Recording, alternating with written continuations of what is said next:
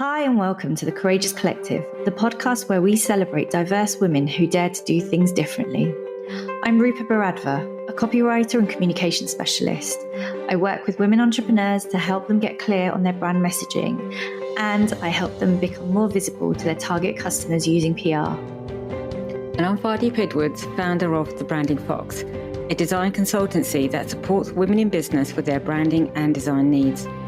After working in corporate roles, we both took the leap into self-employment and created our own businesses where our skills and experience could really shine. But something we both noticed was the lack of women that looked like us at events, on speaker panels and in the media. Which is why we created the Courageous Collective podcast. This is our platform to celebrate and champion diverse women who are smashing it in their businesses. In each episode, we speak to a female founder about the story behind their business. We explore their inspirations, the challenges they faced and how they've dealt with them. And we talk about what they're yet to achieve. Welcome to the Courageous Collective and enjoy today's episode. Hello, thank you for joining us for another episode of The Courageous Collective. This is the podcast where we hear from brilliant women about the businesses they are building. They share their journeys, the highs and lows, and their advice for aspiring business founders too. So without further ado, let's introduce today's guest. Tanvi Paul owns Gorj, a chain of beauty salons in Kent. She bought her first salon aged just 25 after a property caught her eye. As an architecture graduate, Tanvi knows her buildings. She calls the decision of opening her first salon a big gamble, and maybe being a little young and naive was a good thing to help her take the risk. She's previously done beauty as a side hustle, doing eyebrows and traveling to people's homes. Tanvi was also a freelance web and graphic design owner, but didn't enjoy chasing payments. We've all been there, Tanvi, and wanted to do something else. Fast forward to Tanvi just about to open her third salon, this time in Bluewater Shopping Centre, which sounds very exciting. Tanvi was a finalist in the Young Entrepreneur of the Year Kent Women in Business Awards in 2017. Hello, Tanvi. Thank you so much for joining us today. It's great to have you here. Hello, thank you for having me. That was a lovely introduction. Never been done before. It's amazing when you hear all your achievements in one go, isn't it? It's great. So let's start with what you do now. Tell us a bit more about you and your business. Okay, well, I've got Gorj Beauty Salon in Medway. So this was a business I started around, just over 8 years ago. And it was with every intention to sort of sell it and walk away and then pursue my dream abroad of becoming a property developer. So I was not committed, never have been a committed person, but fast forward 8 years, you know, we operate as a 6 days a week walk-in salon with an array of treatments. So it's very busy, very fast-paced. And that's the business, and it's growing. So it's an exciting time for me in my career. Brilliant. Thank you so much for sharing that. And so you're based in Kent, is that right? That's right, yes. Based in Kent, Medway area. Brilliant. Well, that's just down the road from Vardeep, isn't it? It's actually, Vardeep's a long-time customer of ours. Thanks for the custom. I know, absolutely. As soon as I saw your salon, I was like, yep, that is the place for me. And yeah, I've been going ever since. So it's a great little place. Loyal customer. Love that. That's what you want. Yeah. So beauty wasn't your original career plan, is that right? And just to kind of interested to hear, has your career evolved over that time as well from your original plans? Yeah, so my sort of academic history stems quite deeply in creative and digital formats. So I went to uni, studied interior architecture, and after graduating, I actually really struggled with interviews and just getting my foot through the door of that industry. Soon after my failed attempts of getting work in that industry, I did steer into web and graphics design. It was sort of, I had the skills from university to the right software packages, and so it was an sort of easy transition. So I was freelancing my way between local business owners, making their print and web material. I specifically wanted to become a retail interior designer. That was always the dream, which is very specific, I know. Mm-hmm. I've always loved spaces and people. But I think it's safe to say I've ended up on quite a varied path, although my skills and career plans have still met with me along my journey. So it's meant that I've had the chance to dabble in the things that I would have done if I would have gone into my sort of academic line of work anyways. Yeah, and it's really interesting. So tell us a bit more about how, obviously, now you operate a beauty business. How do those kind of, creative skill sets that you've had, how do you kind of bring that into the business that you currently own? So all the print material, the web design, it's all done in-house. So it just allows me a lot of freedom to be able to refine the designs and put out content which I have complete control over. So we're not outsourcing that side of things. And so the brand, in my eyes, remains quite strong because I know exactly how I want it. Whereas if I was to take it externally, I feel like there would be a lot of liaising of, now this draft and now this draft. So I'm able to churn out content quite quickly. It's definitely been a handy skill to have. So yeah, it served me quite well. What about the interior side? I'm just interested, obviously, you're kind of that's the main thing. Yeah. Every business owner has their own sort of thing. For some, it's the treatments. For some, it's customer service. Of course, those are focuses for us as well. But with me, the interiors is a huge thing because it's such a passion of mine. And I get it all the time from all the customers. They really love the spaces that I've created. And it makes me so happy, honestly. Yeah, and it's I get an itch every year to do something different with the shop. So I'm forever, changing the designs of spaces within the salon or just improving the appearance of them, keeping it fresh, which the customers do appreciate. And it does attract customers when they see a change. It catches their eye and that draws in more clientele as well. So it works well. Love that. And I love that it's kind of more of an experience when you enter, the business. So fantastic. Tell us a bit more about the beauty business. So how did that kind of come about? So the beauty business, it was an idea that it's quite a long story. You up for it? Let's go. Well, I love a long story. I was really fed up of the web and graphics design. As you know, it was just a radiation box. For me personally, I'm a people person. So I needed something where I can use my customer service skills and I can be the chatty Tanvi that I am. And so I was on holiday in Barcelona, and this was for New Year's Eve. So 2014, on the cusp of 2015. And I just had an epiphany moment, and I was like, I don't want to do what I'm doing anymore. I want to commit myself to a physical sort of line of work, because obviously eyebrows and beauty is close contact, and it just meant I can be more client facing, and I wanted to go into that. So I remember it so clearly. It was just this inner dialogue, just before we entered 2015, and I just turned 24, and I was just so tired of not being accepted for jobs or not being considered or not having enough money or also not having any long-term plan of action, because that's quite unsettling, not knowing where you're going in the next 3 years. So the idea really set into motion as soon as 2015 began. And I'd done sort of eyebrows for pocket money during uni time. It was a small side hustle, and I was always good at it. I had little local clientele built up, but I really thought I want a chair. I just want one chair in some shop somewhere in town. And I asked everyone. I went into a clothing store. I went into a few of the other stores, and there was no opportunity for me. I just kept getting told, no, sorry, we don't have an area to sublet to you. But I didn't let that get me down. I thought, right, I need to actually just evolve my idea. Perhaps not one chair, perhaps something a little bigger. And then there was a vacant unit that caught my eye in town. And there was no sign on the window. I didn't know who to get in touch with. So Google's your best friend, found out that I need to go on land registry. I need to look for who the owner is. And after a lot of searching, it whittled down to a particular high street up north, that the owner owned something on this high street. And so I called every single shop that I saw on Google Earth, and I asked, are you so-and-so? And finally, I got to a shop where the guy picked up the phone. He's like, "Oh yeah, that's my brother," and so that's how I got in touch with the landlord. It was not an easy process, but it was determination. You know, I was getting told no at so many points, even before the business began.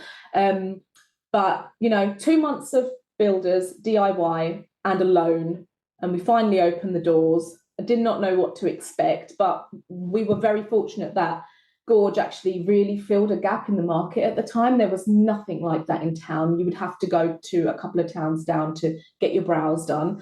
And so all of our sort of clientele and growth was done without marketing. It was all organic. It was a crazy buzz in the beginning. It was busy from day one.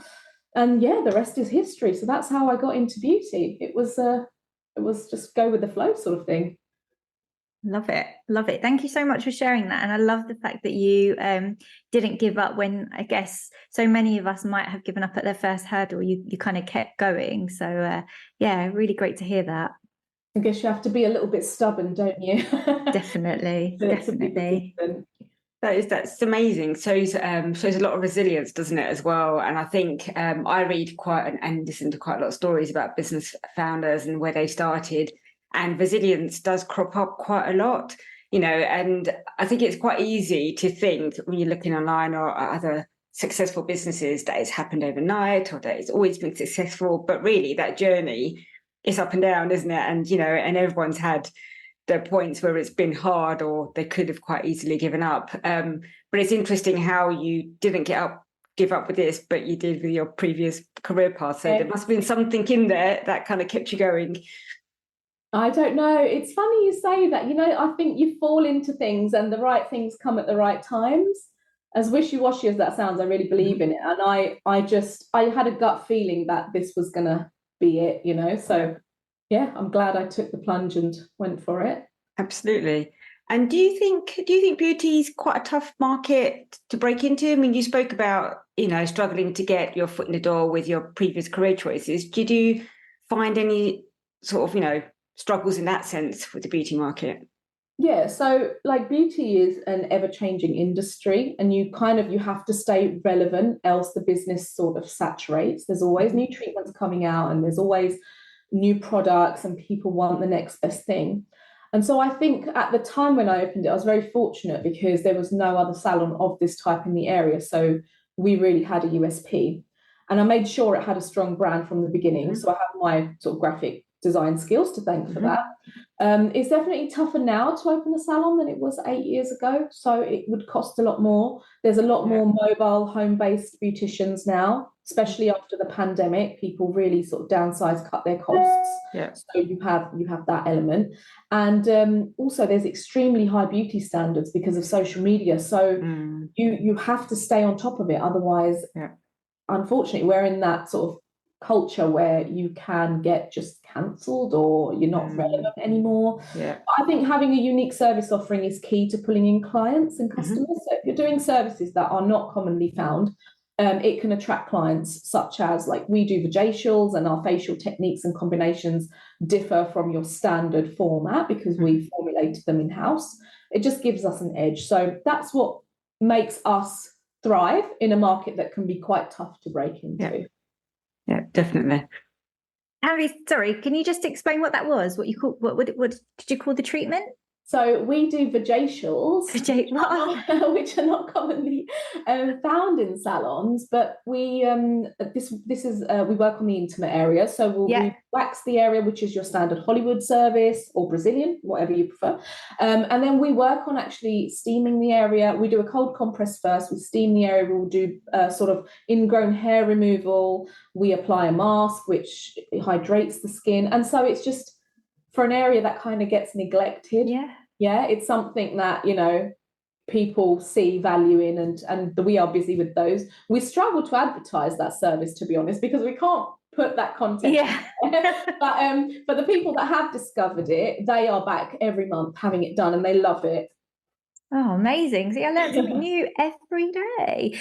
So talk to us about your next branch, which you're opening in Bluewater, no less. How did you decide on the location? And can you talk to us about the whole process of, opening a salon? How hands-on are you? Kind of, what are the kind of main things that you have to do to kind of get to that launch day? Yes, of course. So I'll start from the very beginning. So there was a brow bar in Bluewater that had been quite a long-standing tenant, and they closed down last year. And so I noticed that their unit was vacant December 2022, so just gone. And so I was curious if this could be an opportunity for Gorj, and I sent an email inquiring. And in all honesty, I completely forgot that I emailed them. I was working on another project at the time. So come mid-January, Bluewater Leasing actually got in touch with me, and they called, and they just said that they loved the brand and they wanted to possibly begin talks to see if this is something we would embark on. Obviously, there's a lot of factors involved in mall-based businesses than your standard high street shop. And I think after the pandemic, what's happened is the sort of leasing industry, I feel like, are a bit more accommodating to smaller brands because of so many of the larger brands having packed up during the pandemic, and so many vacant units at the moment everywhere, even sort of Canary Wharf and places in central London. So since January, I've sort of put aside all of my projects and concentrated just solely on Gorj Bluewater. The footfall statistics are really enticing, like from a potential revenue aspect, and the shopping centre itself being Bluewater, it's needless to say, like it's the place to be. And we're quite fortunate to even be considered as tenants because they are quite particular about who they sort of let in, and they're also particular about the placement of certain types of shops throughout the mall, where the certain units are placed.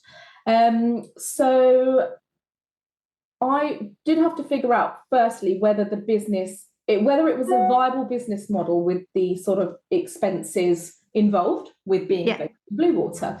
So I did some forecasting models, and sort of quite quickly, when I went to inspect the site first time, quite quickly I figured out that actually I'm not going to be able to have 2 beauty rooms, which is what I had forecasted, our potential worst case scenario income and full capacity best case scenario income. That's how I like to calculate. And then I go for the average figure and I figure out, right, this is possibly what we're going to make. So anyways, it was too small. It's a really small unit, and so I had to recalculate everything based on having 1 beauty room only, and I still felt like it was worth giving it a shot. So after that, in all honesty, one of the most stressful and complicated processes leading up to a shop opening that I've ever experienced. I have jumped through like so many hoops. There's a lot of red tape and things that have to be done in a certain way when you're going to be mall-based. But of course, there's a very viable like health and safety aspect to this. And as horrible as it was getting everything approved, it was really tough. Like imagine submitting 100 pages of plan sections, elevations, and just like details of every material, the slip rating of the floor, what's fire rated, where the materials are coming from, are they sustainable? Like they want to know everything. So it was a real learning curve for me, and I think my time at university helped me basically prepare the paperwork for that. I love that. You've kind of gone full circle completely, from kind of what you studied, obviously opening a business, and I love that. In a way, it's come back. And I find that everything that I learn or hear or read, it does sort of come back, and I implement it in some way.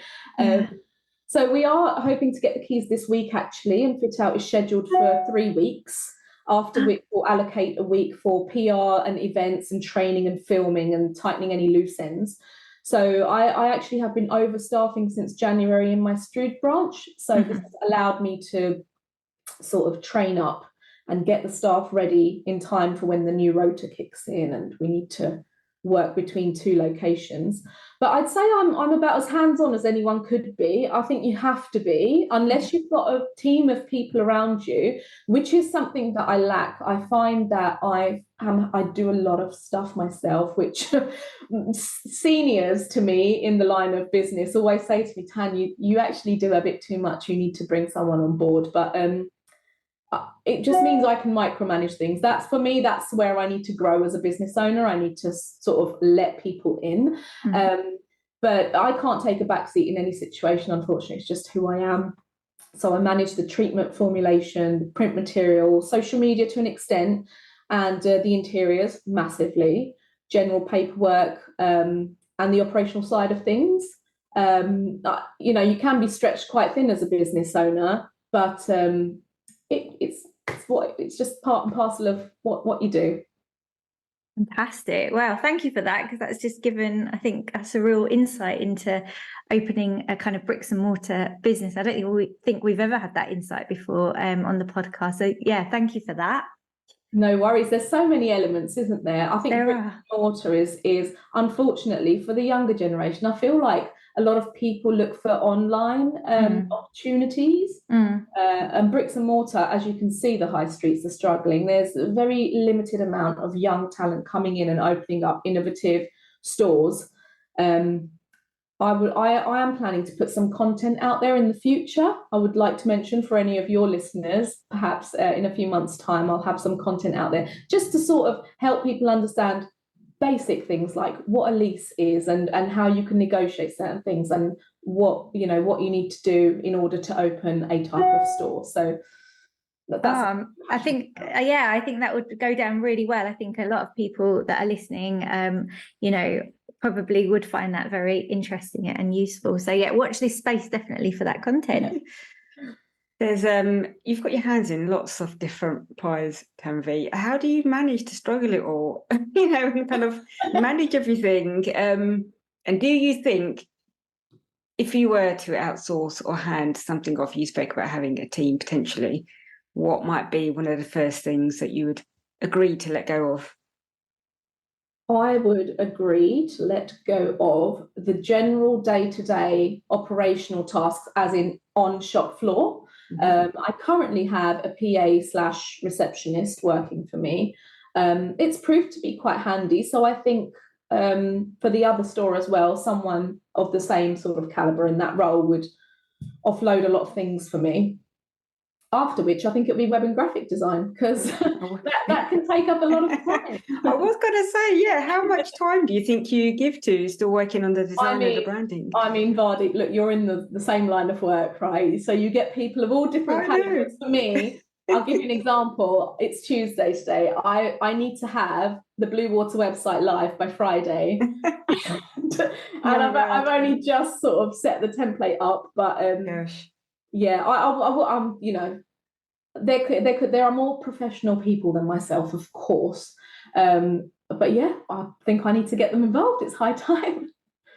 Absolutely. I think it's a great skill to have. It sounds like you've got a lot of skills that you're bringing to this business, alongside your design and branding skills. How do you sort of use your design and branding skills? You mentioned sort of promotions, you designed a website, and you did your own brand identity, and on sort of ongoing on day to day. What does that sort of look like using those skills? So from time to time, our leaflets always change. We only do small print batches because, we'll have a new treatment coming out or whatever. So getting those into print. We have a seasonal poster in the store that needs changing from time to time. We have a digital display at the window, so that changes as well occasionally.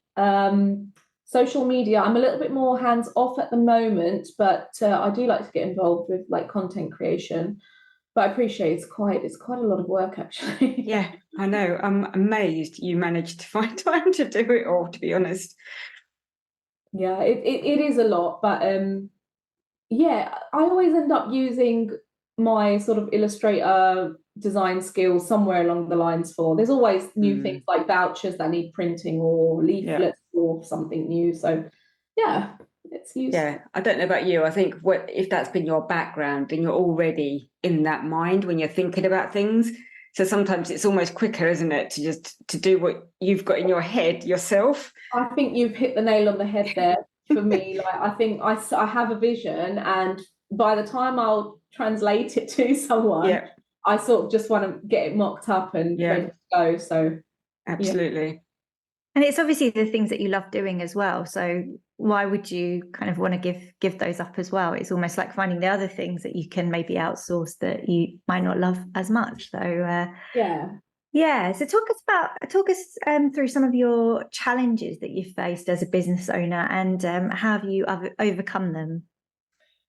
COVID-19 was a big challenge. That was the biggest challenge. And I'm usually full of ideas.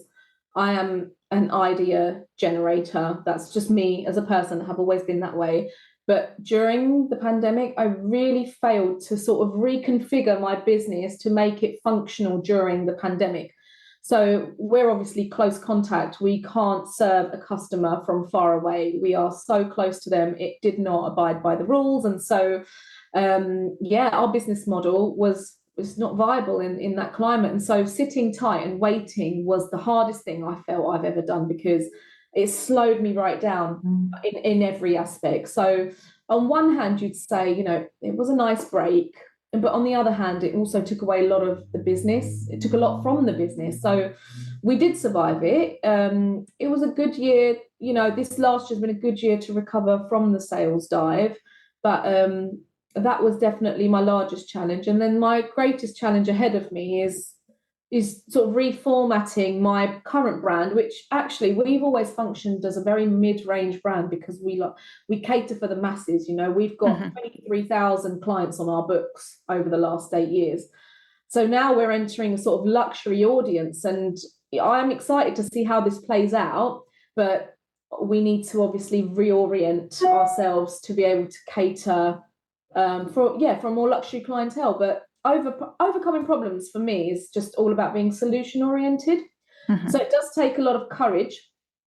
I do sometimes question myself, like, what is the meaning of life? Why are we doing this? But I think people question themselves about that all the time. But some problems come around which are big problems, not your everyday problems, and you just have to kind of be stronger and just be solution oriented, figure out your options and think, right, what can I do next? And you just take one day at a time and one problem at a time.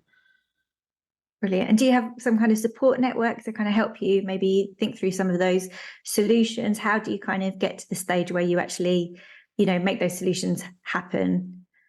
Well, I would say two things. The first thing, which a lot of the youngsters don't do anymore because we're in the age of electronics, is simply pen to paper.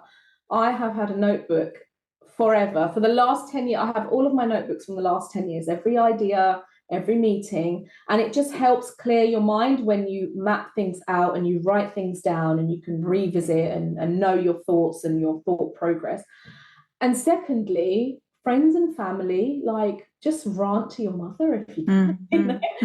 And I think having good friends, like a good group of people around you, can really help you navigate through your thoughts. Otherwise, things can get a bit confusing if you're just dealing with your own dialogue. It's nice to get external views, and it just helps you see where you are with things. Definitely. And I think if you are having those ideas, and it's like you have your own kind of echo chamber, or kind of you're in a bubble, aren't you? And you almost need someone to have an opposing view, or to bring something else to the table to kind of help you kind of build and shape that idea further. So yeah, great to hear that you've got that support network around you. And for anybody that doesn't, there's so many women, female-led business networking groups. It's there are options if you don't have people, of course, to find these people, like-minded people. And it provides clarity, doesn't it? Definitely. Yeah, absolutely. I think that's really important. And I think, Rupa and I have had conversations about finding your support network and your community and your group of people, as much as it is to have that place where people who understand you, but also to be able to bounce ideas on and see, other viewpoints and opinions as well. So I think it's really key, especially if you're working for yourself. So in terms of sort of marketing and PR, so do you do a lot of that yourself? And are there any things that you've kind of are particularly proud of that you've achieved with that? So I think entering award shows has been really great for the brand. It elevates it and adds some external recognition. Also, we never used to do marketing on a large scale. It was maybe a new post poster in the window or some social media posts. And actually, all our clients in the beginning were quite organic. But last year, we did invest in some digital billboard advertising. And this year, we sponsored Rochester Cocktail Week, which is just our local town. There was an event going on, and we sponsored that. And so our logo was printed on sort of all the print material, social media, digital billboards.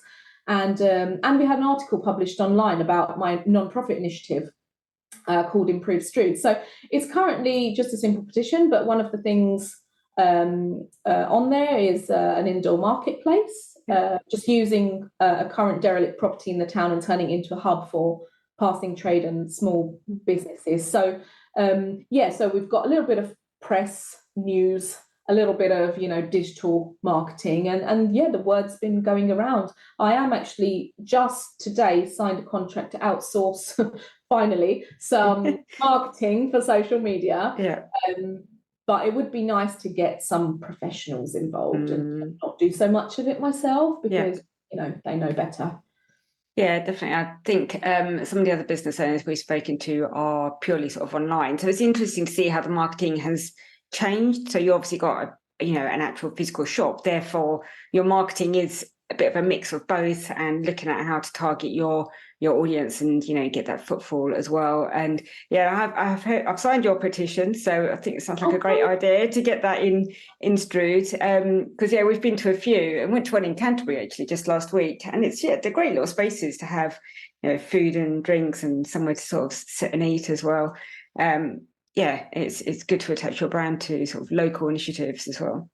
Yeah, definitely. So hopefully, we can push that. I've actually been in touch with the council, and they've elected me to be the chair of the Strood Business Forum now. Wow! Brilliant. Oh wow! Congratulations. It's it's a whole new type of work for me.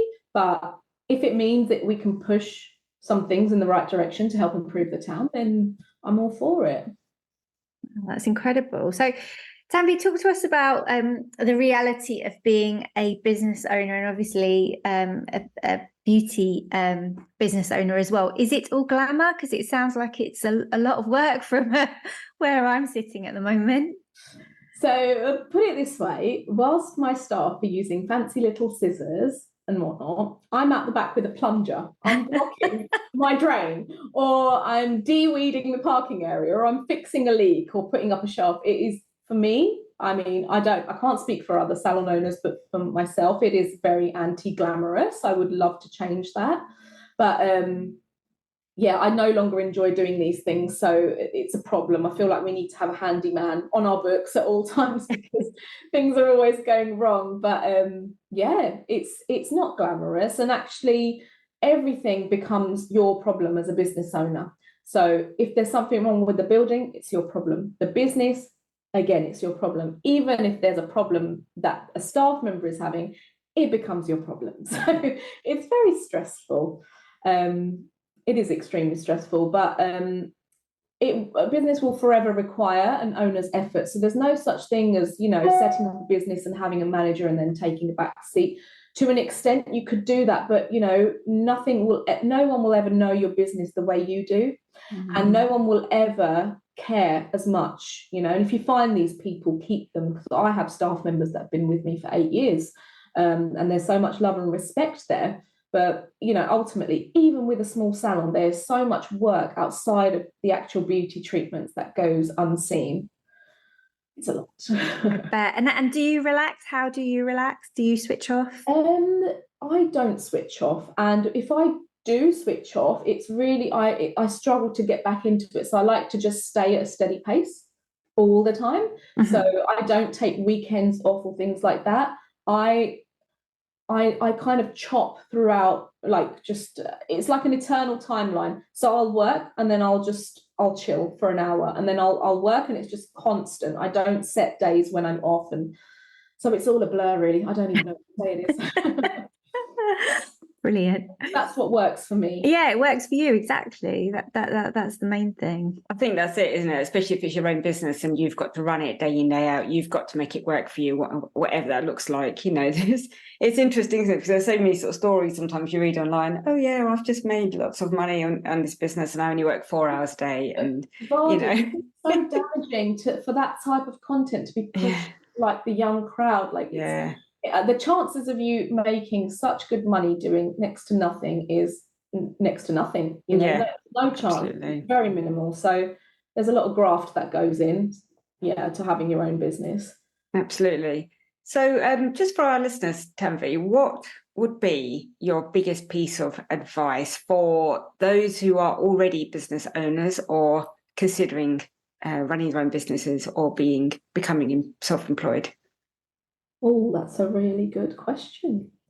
I'll tell you what I do. I do quarterly check-ins with myself and my notebook, and I just write my thoughts. Like, I'll go somewhere quiet and I will just map my next 3 months or 6 months and look back at my last 3 or 6 months and see where I am with things. And I don't mean just mapping out like your business goals, mapping out your personal goals as well. Like, am I happy? Am I content? What am I lacking? Did I do anything that I now regret? Like, how can I fix this? Just having a check-in with yourself from time to time. I mean, the thing is, business is temporary. I know there's businesses out there that are like 100 years old or whatever, but every business owner should know their exit plan as well and know when to leave and when to start something new or chop and change, and to just know that actually in life all the answers are temporary. They're always temporary, so just check in with yourself and write things down. I can't emphasize that enough. I think that's great advice, isn't it, to be able to align it with your personal goals as well, so that you actually, I think, because you give so much, don't you, as a business owner and running your own business day in, day out, that it's got to marry with your personal goals, hasn't it? Otherwise you're just going to be completely at odds with yourself every day. Yeah. I mean, right now my life-work balance is completely tipped to one side, and I would like to change that. But of course, because the responsibility is on my shoulders, I have to sort of see Bluewater through, get that settled, and hopefully next year I can relax a little more on that. That's where I feel more aligned. But that's just business, isn't it? It is turbulent. It's not going to be smooth sailing, all the way. No, and I loved how you've said it's temporary as well and can be quite transient, considering you've been in it for 8 years now for this particular business. And I hadn't thought about an exit plan or when it's time to sort of move ship, as it were. So it's a really interesting point and something to consider as well. Yeah, definitely.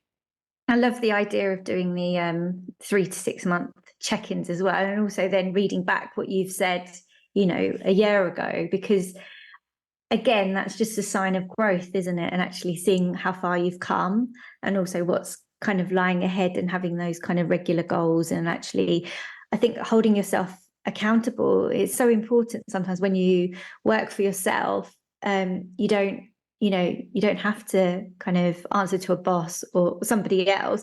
So actually having the means to hold yourself accountable is really good. And, measuring that success as well. Really great ideas. That's it. Like, if you're in a job, you will have a manager who will let you know at an appraisal whether you're doing good or if you improve something. But when you're a business owner, you actually don't have anybody who, is going to give you feedback on your performance, and you got to do it yourself. You've got to check in and see have I done what I was set out to do? Why has it not happened? What do I need to do now? And I think that's great. It's a really great way to look at it and assess where you're going as well and want to go.